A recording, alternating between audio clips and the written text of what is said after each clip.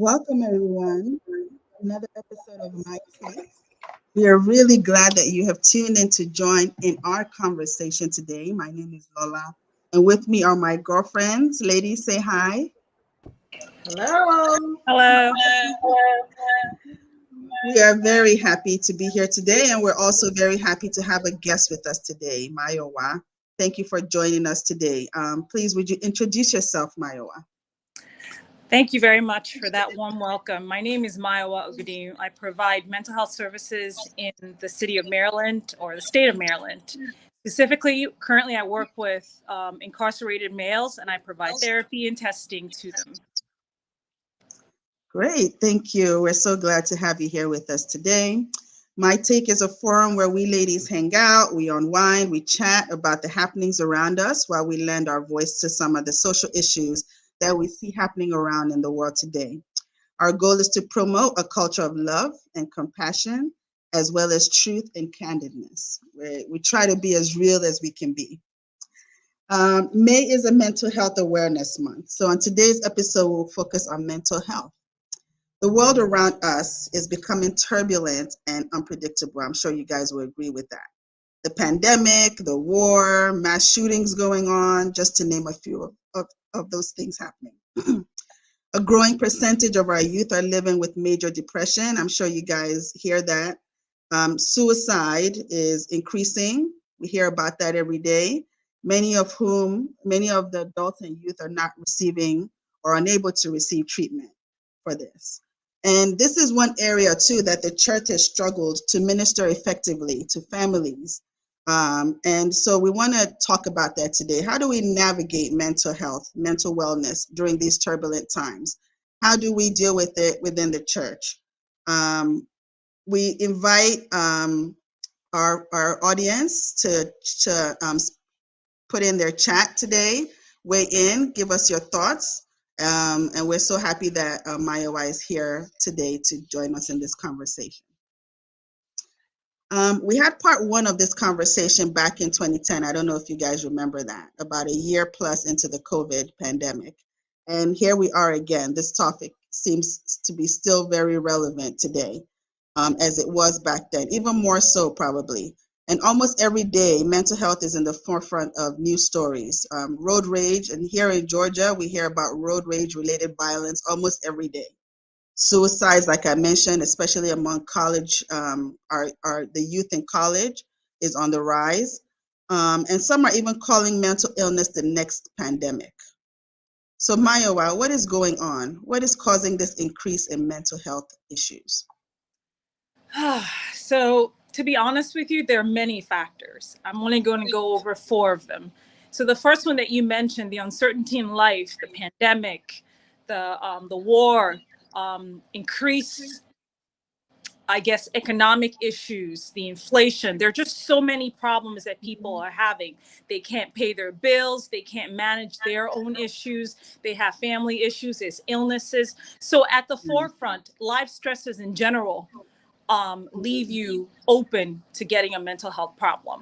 Another thing is substance use. I'm sure you've mentioned that in one of your meetings. Substance use is on the rise. I think people are unaware of the fact that if you are predisposed to some type of genetic mental illness, there's a probability that when you use some kind of substance, if it's cocaine, marijuana, whatever it is, it could lead to the expression of that disorder that may have laid dormant if nothing had happened to your brain chemistry. So substance use is a huge one. So the question is, why do people use substances? Some people use substances to numb themselves, to forget about their issues or whatever the case is. But when they do things like that, even the relief they feel from substance use is momentary. Whatever the issues are, it's going to come right back.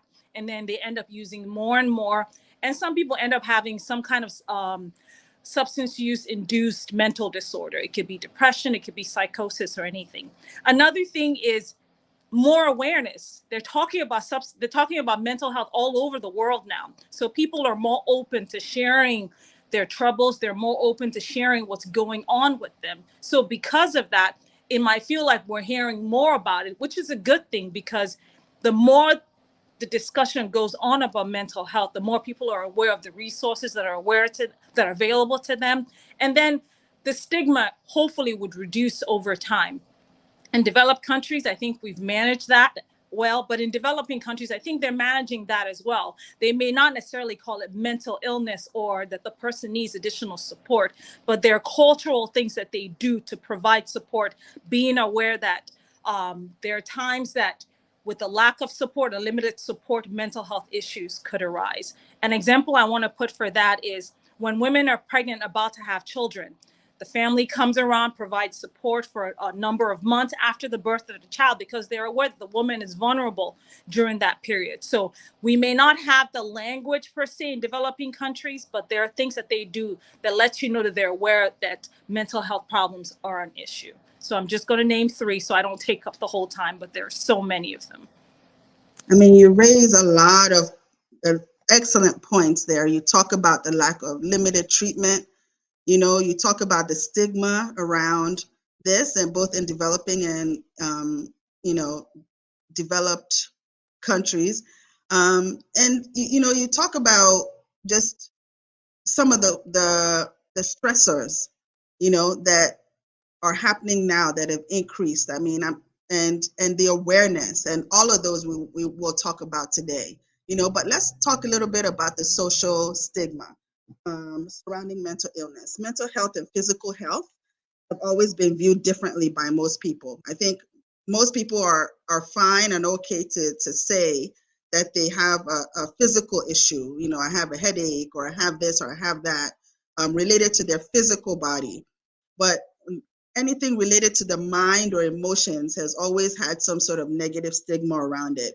And you mentioned also that more celebrities and more, people are coming out to the forefront and sharing about their mental health. And there's been more public awareness about mental health challenges. Do you think that social stigma is still a barrier to acknowledging and addressing mental health or mental wellness? Why or why not?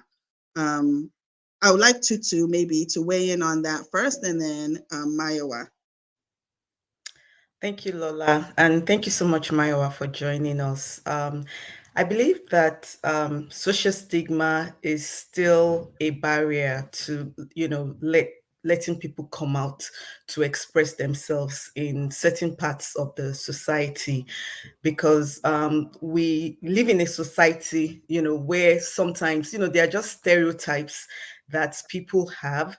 If somebody comes out and says, I have, bipolar disorder or anything, I'm depressed, some people may say, oh, this person is crazy, or, they have mental issues. But maybe if we use other names, like, oh, the same way, just like Lola said, if someone has a physical issue, they can say, I have a headache, I feel unwell. Maybe we can use those terms instead, that, oh, this person, is unwell. I mean, more acceptable terms instead of just, stigmatizing the person. And sadly, I think about a week and a half ago or 2 weeks ago, I was reading some comments on social media where some nurse came out to reveal that a popular actress, has mental health issues.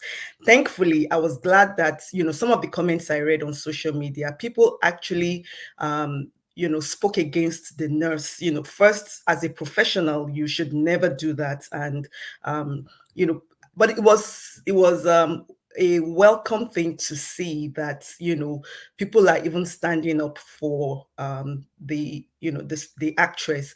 And hopefully we'll have more of this in our society. But definitely social stigma is still a barrier, because even in our developed society, there's some people, if you have if you identify with any form of mental illness, it will be a barrier to you getting some type of employment. So it forces people to be quiet about it. Or maybe some families in developing countries will never let their child marry that kind of person, or if their family is known for such. So we still have all this stigma around mental illness. Thank you. So I completely agree with Tutu that the stigma still exists. But I think the stigma persists because people have limited knowledge about what these things are. We're more familiar with like medical terms and things like that. But I think with enough education, it can address the stigma, because it's one thing to address the stigma in the community, but you also have to address how the person feels within. So one thing we do where we work is when a patient comes in, an individual comes in and says, hey, I have depression. One question I ask is, what is depression? What I want to know is, what are his symptoms? How does he know he's doing well? How can he identify when he's doing poorly? With that much, with better information that he has, he's able to educate his family and friends. And with more education, overall, the stigma dies down. So our hope is that even if you hear the word bipolar, Google is there. Take time, read it. What does it mean? It's not a death sentence. There are medications out there to manage what you're dealing with. There are also coping skills. I mean, the world has gone so far regarding treatment options for mental health. And I think people are just stuck in the fact that, you know what, this individual who has bipolar or psychosis or whatever might behave bizarrely. Correct. But individuals typically behave that way when they're not fully medicated. When they are medicated, they can live full lives. There are a lot of celebrities, past presidents that have all types of disorders that you never know anything about because they have the care that helps them to live a productive life. So I think the first thing to address stigma is just having more education, taking out time to actually read articles about this, to understand, okay, how are they treating bipolar in the past? How are they treating it now? What is best for me? And I think it's important to start small. So as you educate yourself, educate your family, and then it goes out, you educate coworkers, and hopefully the problem will be addressed. I agree. And I think, Okay. oh, sorry, Faye.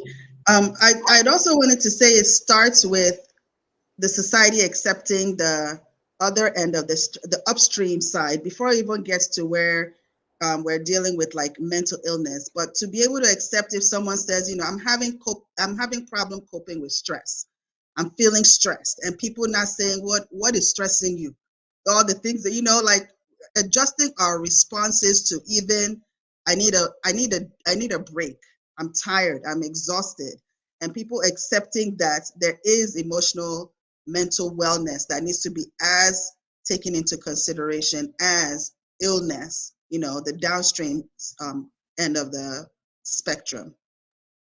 I think it starts there as well. Faye, you wanted to? Yeah, so I wanted to ask a question to Maya. Like when you said what is depression, I think that's a very good question. And so you can start off with, okay, I'm stressed, I'm tired, I'm exhausted, all the way down to, I have a manic disorder or whatever. And I guess it would be useful for the audience if we can, kind of maybe have a little definition around these terms. Because like you said, education, I think, is a critical aspect of this, and understanding, what is the difference between a temporary situation or a situation which could potentially need medication, or just even for you to go and see a doctor to talk to about what you're going through. So that's a very good question. So I think depression is a word that's used too loosely. Once you're feeling down over a few days, the common term is, oh, I'm depressed. But clinically, according to the DSM-5, you have to be in that low mood for at least 2 weeks. One, and there are about 5 other additional symptoms that you have to have, like poor sleep, poor appetite, maybe thoughts of death, worthlessness, hopelessness. So there's a lot more to depression than people think. So let's start at the lower end of the spectrum, when everything is just not right in your life. Maybe you've lost your job, your kid is not doing well, or there's illness in the family, or just financial issues. The difference between that and depression is that once the situation improves, your mood improves. So that alone shows you that that is not clinical depression. So if the situation you're in improves, or you get resources and it's like you feel better and you're able to sustain that mood, you know what? Life happens to all of us. You're allowed to feel down here and there. But clinical depression, for the most part, for some people, even when the situation improves, even maybe they're depressed that their child is ill, even when that child gets better, they realize that they cannot sustain that mood. Maybe their sleep doesn't improve, the feelings of worthlessness, the intrusive thoughts, all of these things don't improve. To that degree, that person probably requires some medication and coping skills. Typically for me, I always encourage people to start with coping skills. Definitely go see a therapist. Talk therapy is very good, because sometimes when you talk to someone, the answers come to you and you have a better understanding of what you're dealing with. And then in that space, hopefully the corrective emotional experience, unconditional positive regard, all of those things will help you and boost you. It's almost like who you want to be. Your therapist is able to mirror that to you, give you that additional support that you need. And in that space, they will introduce coping skills. If it's from monitoring your thoughts, like if you have a negative thought, addressing that thought and accompanying it with a positive thought. It can be anything. It can be maybe engaging in activities where you get positive reinforcement. For example, maybe engage in more self-care, spend more time with friends and family, find a hobby. For some people, those things can actually improve their mood and help them. But one thing you have to understand is clinical depression, there is a chemical imbalance in the brain. So for some people, engaging in these positive pro-social behaviors can help them. But for some people, they might need maybe a little bit of medication. But for some people who can't manage, they might need to increase the medication or add additional services, or they might actually even need to be hospitalized for a period of time so they can get a higher level of care. Thank you, Mayowa. And is this different for kids? I think that, because one of the things I'm noticing, when I'm working with youth, is that a lot of them are saying they're depressed and, have long periods of moodiness, feelings of lowness. And there's a lot coming at children and kids nowadays. I mean, where it sometimes is hard even for them to know, is this just, a normal thing, I'm feeling down, or is this something, especially for their parents, or is this something that I need to elevate to the doctor? What are your thoughts around identifying these for youth? So to be honest with you, my heart goes out to teenagers in this time, because social media is not helping them. This is where their parents and caregivers have to take a role in minimizing the amount of social media they're exposed to. Because what social media does to them is, keep in mind, they have a developing brain. They're still trying to develop their self-concept, who they are, their self-esteem. So if there's an area that they're working on, so for example, if this teenager is dealing with her weight, and this is a sensitive issue for her, if she feeds on images of people who have the perfect body, it's not going to improve her mental health. So pretty much what you are consuming is important. And for teenagers, you have to be more aware, because their depression kind of shows up differently. They could be more aggressive and more irritable. That doesn't mean that they're not depressed. They are depressed, but that is the tool they can use to express how they're feeling.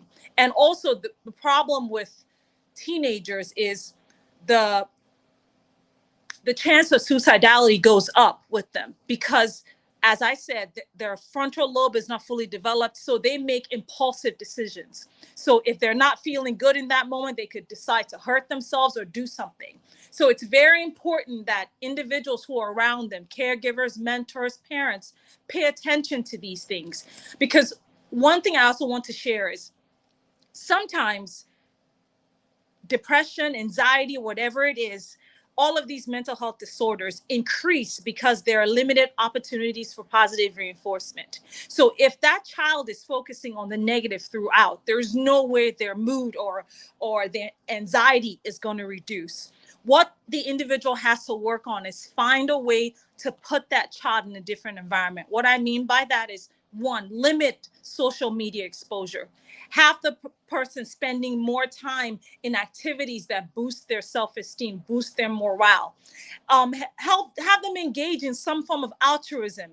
Have them volunteer, do something to boost who they are, and also spend time identifying that child's strengths. Because when you identify the child's strengths, you're able to give positive reinforcement in the right area that will boost morale, that will improve their mood, and also give them the tools they need to be almost like their own therapist. Because as much as you encourage children and you give them all of the tools they need, they also have to be aware of their triggers. They have to be aware of things that get them in a negative mood or things that can keep them in that mood. You raise a really good point about, there are a lot of things that we can do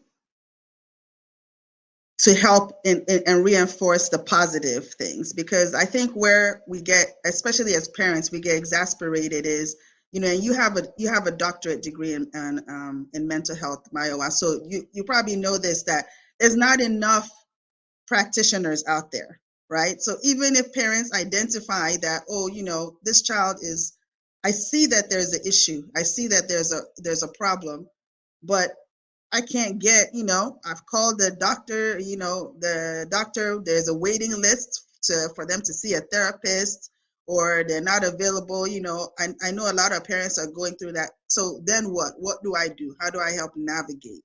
I think that's what a lot of parents are dealing with, and knowing that there's some things that you can do in terms of those positive reinforcements, I think is very helpful.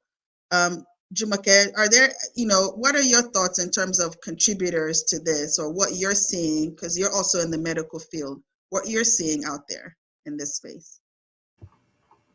Thank you. So much has been said. Thank you so much for sharing your knowledge, Mayowa. It's been very, very helpful. Yes, a lot have been said. I've just been like, wow. Yes, I think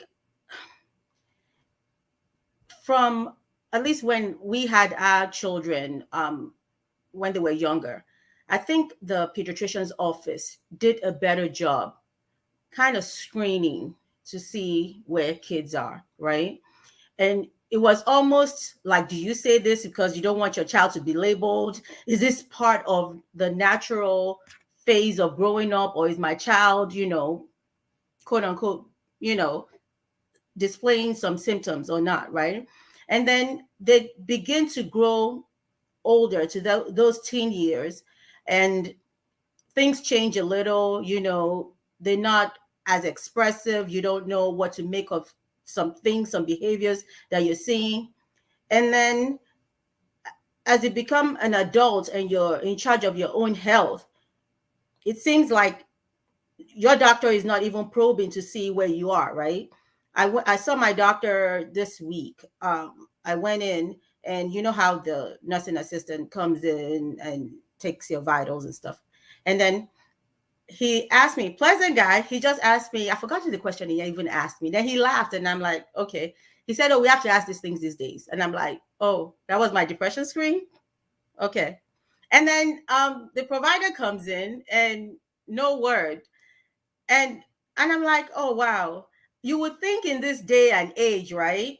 That's one of the, after taking your vitals, that's one of the, and you don't have to label it as a depression screening or mental health,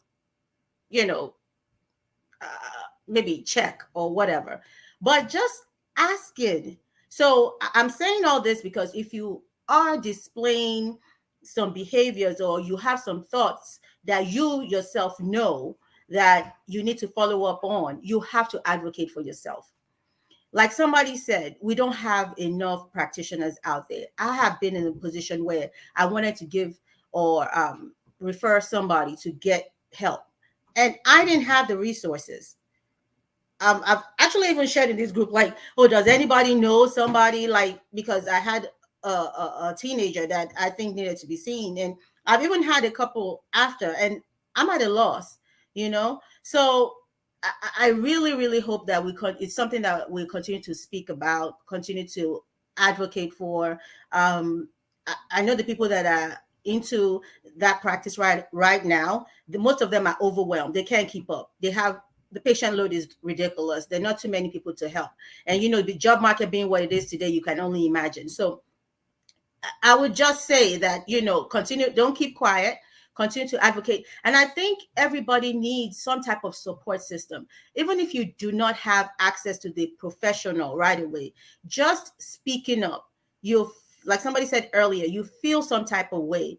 It doesn't have, I think things progress when they're unaddressed. They progress in the other direction. So before we even get there, because I don't think anybody wakes up and then snap, you just go from 0 to 100. I don't think so, except in the case of chemical imbalances. Even then, I think it creeps up on you. So I think just paying attention to details, and I think the social stigma, I think it becomes worse when people are untreated. So I'm going to use case in point, right?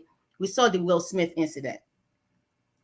After just that action, we're like, what's been left untreated? Like, what's going on in there? Because now we already have the angry black man stigma that has been in existence for years.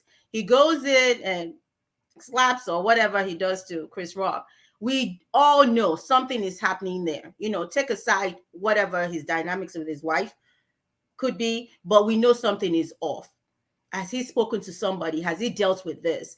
So when people react, in a manner that is not socially acceptable, you begin to wonder. So now that somebody that is saying, I have this situation, I'm in therapy for this, you're now trying to connect the irrational behaviors you see with what, and thinking that person may exhibit those. So I think treating this would help. Just education, talking about it would help, so that you don't reinforce that social stigma, that people could stop, putting labels on somebody that is really trying to get treatment, just because somebody that has been left untreated is, I hope I've not been rambling. You guys understand what I'm saying? Yeah. So yeah, I'll stop for now.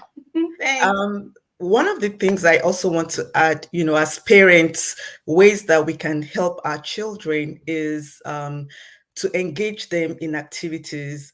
I noticed the way we are parenting our kids today is so different from the way we grew up. I mean, growing up, we would go out in the neighborhood. We had friends in the neighborhood. We were independent. But today, just like we were discussing during the week, in the group, that, we are so involved in the lives of our children. Like, we just follow them around. I worry personally as a parent, like, if I'm actually preparing my own children for, the world out there. I was saying to my friends, like, oh, I can't even imagine my son driving all the way, to church. Our church is about an hour away. So, and growing up, that wasn't how I grew up. So I don't know where I'm getting, this idea of parenting from. But I think if we even allow our kids to breathe and, expose them, to different things, could be sports, although not all children are involved in sports, find out some interests that our children will have, and also expose our children to people outside of our nuclear family. I mean, some people have family members around that they can, their children can interact with. Some people don't. But making a conscious effort to let our children interact with other people, and we can even unknowingly find mentors for our children. I mean, case in point, my daughter, certain things I would buy for her, maybe wear this, and she would never, until she outgrows it. But I took her to someone, just before her birthday, and the exact things I tell her at home that she just ignores, this person, without me even saying anything to her, she was just talking to her like, oh, I actually think this will look good on you. My daughter was like, really? Oh, I haven't thought about that. And where I sat, I was just looking at her like, are you serious? You haven't thought about that? But she was so open to what this person was saying to her. And I told the person, thankfully, she's someone I can trust. And I said, you know what? I'm going to be bringing my daughter to you more often, like, maybe to help you babysit and stuff like that. And my hope is that, my daughter can learn a few things from her. And it's so, I mean, my daughter is the last child. This auntie is also the last child. And the way she spun being a last born around, the way she spun it around for my daughter. So now she's, because usually she'll be fighting for her position, like to be heard, but it just made a difference just seeing somebody else that, she thinks is cool. So I think as parents, there are some things we can expose our kids to, and who knows what we can learn, from those people that our children, interact with, and some of the ways they can help, shape our children. I think, Tutu, you make some good points. I mean, it's so funny. Sometimes I even go to my siblings and say, tell my son this, because he may hear it better when it comes from your mouth. Because so yeah, I hear you on that. But I wanted to come back to this point that Nike made on the fact that she said a mental therapist said that youths are desperately seeking attention, seeking for help. I was reading on this whole youth suicide thing because my son and I were talking, and he was just wondering out loud that is it because we are talking about it more that we hear about it more? But no, actually the CDC said that youth suicide has increased by 60% between 2007 and 2018. So it's really, really alarming. And this point that you made, Mayowa, about the brain of a teenager is actually one that my son also made. And he said, because we were talking about drug use, because you mentioned substance abuse, and he said even marijuana, which is supposedly legal now, really impacts youth because their brains are not yet fully formed, right? So I think we really need to address this issue of teenagers and depression and suicide, substance abuse. And another thing that I've been hearing is that even these suicide hotlines, sometimes you call them and the people are not even really, they're not available, they are very busy or what have you. So, I mean, I think really honing in on these sources of help for youth, really emphasizing the fact that these guys may think they're grown, but they are really not. So I wanted you to talk a bit more about that, Mayowa. How can we help our youth today, please? So that's a very complicated response, or it's a complicated question, I should say, to respond to, because everything starts in the home, right? So before your child gets to the point of wanting to hurt themselves, there are other behaviors they're going to exhibit. So the question is, are individuals in the home paying attention? Do they know what to look out for? Are they aware of the signs? Or is another thing there's some behaviors that teenagers have that are developmentally sound. There's some things that they do that okay, that's teenage behavior. But when your child starts deviating from what you are expecting, the onus is on you to pay attention and say, okay, this child is doing this. What can I do to address it? Or at least even have a conversation with your child. But as we are aware, there are a lot of parents that are still dealing with their own issues. So it's difficult for them to address all the issues that their kids are going through. So in Maryland specifically, I think if you dial 211, it takes you directly to a hotline that can provide resources for you. That number is significant, first of all, in Maryland, because the individuals on the hotline, if the teenager, adult, whomever needs to talk for hours, they are there. They will talk to you.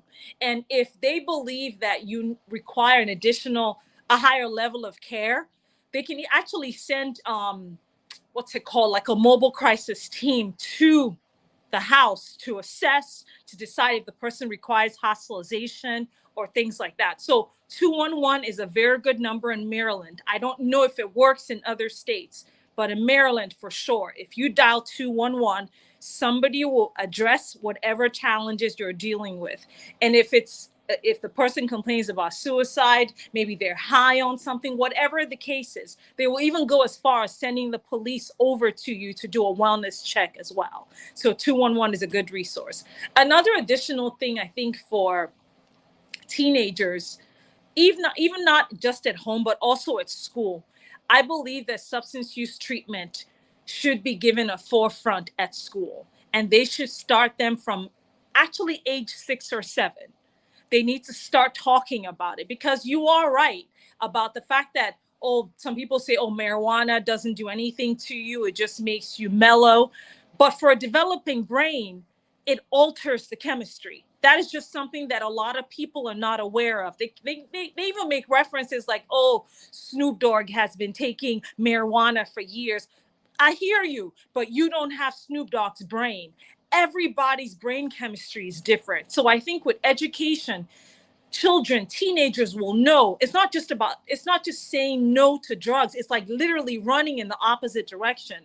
Some people also call marijuana like the gateway drug. For some people, the high they get or the lows they get from marijuana are not enough after a while. And then they start seeking other substances. They start trying different things. Another thing I think parents need to be aware of is the kind of music that their kids listen to in literature. Because a lot of songs that people read or listen to, they don't realize that a lot of all these street drugs have names. And for example, Molly is in a lot of songs. So some people may say, oh, I don't do drugs, but I do Molly. Molly alters your perception. Molly heightens your awareness. It allows you to feel experiences more. If you abuse Molly or use it constantly, you just being in a normal state is not going to be enough for you. So people don't understand that you may try the drug, but then the power of addiction is high. And once you start trying different substances, you start trying a lot more. And if your brain chemistry is altered, for most of the time, you will use more of that substance because you want to feel like yourself, or you're just not feeling like yourself. So for teenagers, I believe that education as early as 6 and 7 is important in the school. It needs to be harped on at home, in with their friends. They need to actually, even at church, hopefully they can have forums to talk about substances where if the teenagers talk about it, they won't feel vilified by either their mentors or their teachers at church. Have it more of an open discussion. They might say marijuana is a plant or whatever. Yeah, it is a plant, but it alters your brain chemistry. For some people, their brain chemistry is able to return to normal. At my job, one thing I use to demonstrate the effect of substance use on the brain is I use a rubber band. I'm like, you can stretch a rubber band and it goes back to what it's supposed to be, right? There's a point that you will keep stretching that rubber band and one day it will snap. That means all those negative effects you've been feeling will become a part of who you are. And you might actually need psychotropic medication to address these things. So I think more information, even the government providing documentaries or commercials suggesting these things, even on social media, TikTok, whatever it is, it's going to take all of those efforts to reduce our teenagers, young adults using substances. Absolutely. I think that it has to be a very wide public health approach to this, because it is a widespread problem. And I was chuckling to myself when we were talking about the teenagers, because, I have teenagers in my house and we argue all the time about things in society, and they are just convinced that I'm archaic and my information and reference points are old, and that's not how it is now today. And they're convinced that they know more than me, and the information I know is not relevant. So, just piggybacking off of what Tutu said, also that a lot of this has to come from other youth. That because when we say it, I feel like it's trivialized as olden days, but we need more peer-to-peer type of messaging, I think, for it to be. And when I say peer, I mean within the same generation. I think that helps. And I want to go back again to before I go back to stigma and supports, I wanted to emphasize that the 211, I think, is for Maryland. They're calling the number 211. And I think in the UK, it's 111. 211 is national in the US. And if you're in the UK, you can dial 111, I believe. So just wanted to clarify that. But let's go back a little bit to, you know, I want to talk a little bit about the role that culture and church has in this as well, in the social stigma aspect of it and in the help and resources aspect of it. I didn't want us to, because I know for us, we're all Christians here, and in that space, our first go-to for a lot of folks are church and people around us. So mothers, fathers, family, our community, and things like that. So what are you guys' thought on, how culture and church factor into accepting mental wellness or mental illness and helping address this?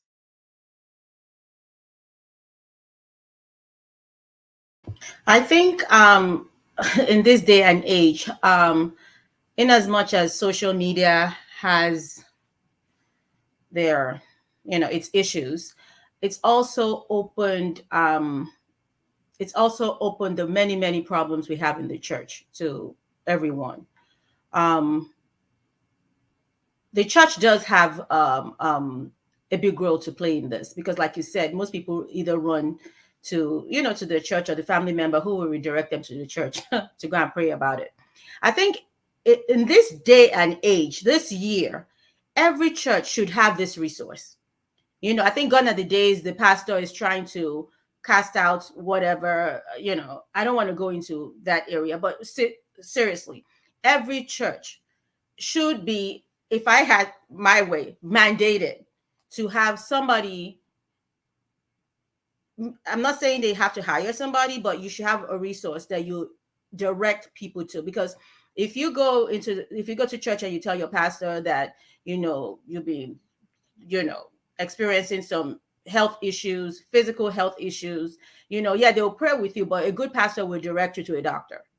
Okay, so I think churches should realize that they're the hospital for these types of things, because most people tend to think that this may be spiritual, when God has in fact given us the knowledge, the understanding, resources to be able to treat many of these things. So I think realizing it and redirecting, even if it's being vocal about it on the pulpit and saying, hey, if you're experiencing this, we have this for you, we have this available, go this route. And it's an acknowledgement and in itself, so that people can understand that there are resources outside of of these four walls that God has provided us with, and we need to use them. I think this actually also will help with that social stigma aspect of it, when you accept it, when you accept that this happens and we have a way to treat it. I'll stop there for now. Yeah, I just want to jump in on this one, because I think, in the church, we accept that you can get sick and they'll pray for you, but you also go to the doctor. So it has to be the same. With mental health, yes, of course, there are spiritual aspects to everything. And like Maya was saying, there are positive coping skills. There are even positive coping skills in the church that they can give you, meditate on this scripture, and, Jesus loves you and all of that. Fine. But this should never preclude seeking medical help. It should be an add-on, not instead of. So we really need to do an extra job. And I agree with Jumoke, because as a church, we have a responsibility for souls, and people come for succor, for help, for guidance. And part of the guidance should be to be able to give them direct them to the resources that they need. Because I would say most churches do not have these mental health resources. So yeah, I definitely think that the church has a big role from destigmatizing, just as you can be physically sick, you can be mentally sick as well. And we will pray for you, but you will also do the work needed by seeking medical professionals. So that's my take. Yeah. I mean, I really like what Jumoke and Faye have said. And, I think it's time for a lot of pastors, ministers in church to free themselves. Like, you can't be all things to everybody. You don't have all the answers. You are not the savior. So people just think, oh, when somebody comes to church, they have an illness, like Faye said, some are spiritual. Oh yes, this one, it can't go out by, we need to bind, cast out. There's a place for that, but there's also a place, I think, if pastors, ministers address this thing, come out and speak about it, it would free a lot of their members to go and seek help. So, I mean, hopefully, this trend where people have those issues, and instead of referring them to health professionals, the pastor is taking it upon themselves. Oh, we need to cast out, we need to this, we need to bind. Yes, sometimes you have to do that, but again, please direct people to seek help. And one other point I wanted to mention is one of the impacts of mental health that we see in the society is the increase in gender-based violence. Again, this also comes back to the church, because when your member runs to you that they are going through this, and instead of you to look for help, you're busy quoting scriptures of, if they continue to be patient, if they continue, who knows, maybe the person perpetrating the abuse has some mental health issues and that they need to seek help for.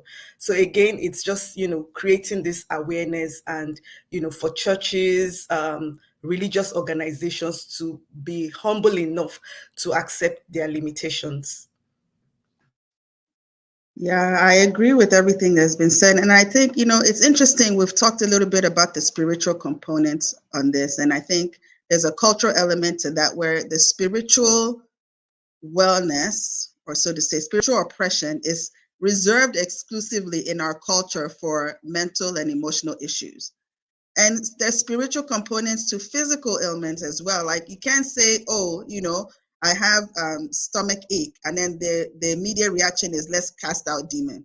But if you say I'm having hallucinations, then it's, let's cast out demons. So I think there's a separation where in our mind, if someone says, if they admit to some sort of emotional or mental challenge, it's immediately linked to someone doing something in the village, someone, oppressive, something that needs something else other than doctor's help or therapist's help. It's like, it must be in fact, they might even say, oh, what is, they might even blame a parent, or blame, they blame anything else and propose any other solution other than, actually, I think you need to see a doctor. I think you need to talk to someone. And I think you need to have a therapist. And again, it goes back to even changing that perspective, that, and that awareness in church, in our church and within our families. We have a sister that is that was on our show. I think it may be our October show, where she started to do that now. She's starting to do seminars and workshops in churches, and she's doing this mental health first aid kit, where it helps train us on how to recognize signs and symptoms and what to do, much like a first aid kit for physical ailments. It's kind of like, you recognize this sign, you recognize the system. So what are the first responder type of things that you do for that? And the resources flashed on the screen. It's through the, let me see, through the National Council for Mental Wellbeing, and it's called Mental Health First Aid. You can be trained to be a mental health first aid responder, so that you're able to recognize the signs and symptoms when you see them, and to know what to do and how to refer up, who to refer them to, how to get resources. So I always recommend that, if you want to get yourself trained, I went through the training myself. You can get yourself trained and then offer those in your church, or go to your church leadership and have them have their staff, all the ministers, to go through this training, so that when people come to them, they're able to recognize when things need to be elevated up to a provider, right? Someone once told me that signals aren't missed, they're ignored. And that's because a lot of people just don't know what to do. It's easier to just see it and ignore it, because if I acknowledge it, I don't know what to do. I don't know what the next step is. So it's really good for us to equip ourselves on these things. And I agree with you all that the church has a big role to play in that, in both breaking down the stigma and also putting up resources. I really like what you said, Jumake, about really like, there's no excuse why the churches don't have these resources available. We all need to be trained to recognize it and to know what to do. Any other comments before I move on? I know our time is getting very well spent, but I didn't know if anybody else wanted to weigh in on culture and church on this. Well, I wanted us, before we ended today's show, to really talk more about the resources and supports that are available, because there are a lot of people that will listen onto this show and they will say, you know what, I agree that this is a challenge. I agree that these issues are rising. I'm seeing more and more of these issues. I probably know someone that is going through this.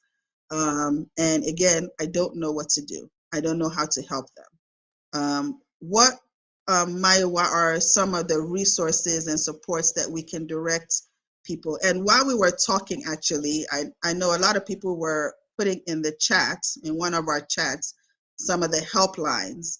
So as I mentioned before, in the national helpline in the US, I think is 211. In the UK, it's 111. And then in Nigeria, I think it's 767 and 112. So if you want to write those down, those are some numbers you can call for immediate assistance if you feel like you're going through something and you want to talk to someone. Because I feel like, and I don't know, Mayo, maybe you say like that initial acknowledgement and talking to someone can talk you down a ledge. And I feel like it's important, if you're feeling that way, to immediately identify who you can talk to. Like, don't isolate yourself, because that's a window of opportunity where talking to someone can help. And, you know, I was having this conversation with my husband yesterday where we were comparing when we're growing up to what our kids have now. And, you know, we were talking about how when we're growing up, everybody kind of had a posse or a group of people. You know, you always had your boys or your girls in school, or, you know, you had the community, your family, your cousins, you know, the aunties that you didn't want to live with you, but they're living with you, the uncles, you know, all these people that just constantly, and we didn't know the value of that when we were growing up, that even though we saw these things as nuisance, people just constantly around us, it was actually also, I feel like, a blessing, because people would not let you get away with just, you know, certain type of feelings and behaviors. What are, in the society we live in now, where more and more people are isolated in their homes by themselves, not interacting with people, not having people to interact with, what are some of the ways we can help? And Maya, I'll start with you. My phone almost dropped. But anyway, so I think the first thing that needs to be done, you mentioned something that was very interesting that I talked about with a friend as well. As you said, we all had our posse. We all had friends. We weren't as isolated. So I think it's to address that isolation. If you notice that, it can even start with, let's go broader, like coworker, for example. There is nothing wrong if you notice there's a particular coworker who never leaves her desk, who never hangs out with anyone, who never does anything. With the knowledge that you have, once in a while, hey, are you going, let's go out for coffee, let's go out to drink coffee or whatever it is, do dinner or whatever, or lunch. All I'm saying is that 30-minute to an hour interaction with that person could alleviate some of the issues that they're dealing with. So that's one thing, you, with the knowledge that you have, just being more aware of your surroundings, being more aware of other people that might need that kind word, a few minutes to ask. For example, a lot of people, when they say hello, people would respond, "How are you?" No one rarely ever waits to hear back what the person really is saying for them to answer that question. It can start from you. When you say, "How are you?" Like, make eye contact with that person to show that you actually really want to know how they're doing. So that's one thing. Personally, for yourself as well, maybe engage in more self-care. If you are whole, you're better able to notice when another person is seeking something, and that goes for your spouse and your children. As the mother of the home, if you are in a good space, you're able to better notice if something is different with your children, if maybe some behavior they have is deviating from the norm that you're used to, so you're better able to notice these things. The reason I'm saying that is, as you engage in these behaviors, it's interesting, but your children will model those behaviors as well. They can tell maybe if their friend isn't doing well. And if you have that open communication in the home, your friend can say, "Hey, Mom, I talked to Lucy yesterday. She didn't really seem like herself." Then that way you can talk some more, maybe advocate for that person. So it starts with you really addressing your needs, and then you're able to address other people's needs. In a larger area, I think we need to be more open with our children. We need to be more open with our family members. So, for example, when you are all at maybe a dinner, do you bring up mental health issue discussions at the table? Do you ask your child, "Hey, if someone was suffering from depression or someone wasn't feeling good, what would they do?" I think, Faye, you mentioned earlier that you and your son were talking about that article. That's a very good place to start with, because your son is already aware of what to look out for, or to provide that assistance that a child or a friend or someone might need. So it starts in the home, and that way it can gravitate outside. It can help in our churches. We can encourage church. Maybe this is mental health month, maybe 2 Sundays out of the month, they can literally set up a forum, have people ask questions, provide information, provide pamphlets, go out there, talk more about it. So as we start at home, we can effect change on the outside as well. The only thing I would like to add as well is, let us be that friend, that relative, that coworker that someone can feel comfortable talking to, where, once they tell you, "I'm feeling this way," it doesn't now become, a gist in some other forum, or, so let's be that person that other people can trust and be able to open up to.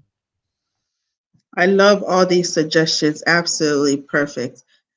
It all starts with us. It starts at the home. It starts with you and I being that kind of person that people can come to and talk to.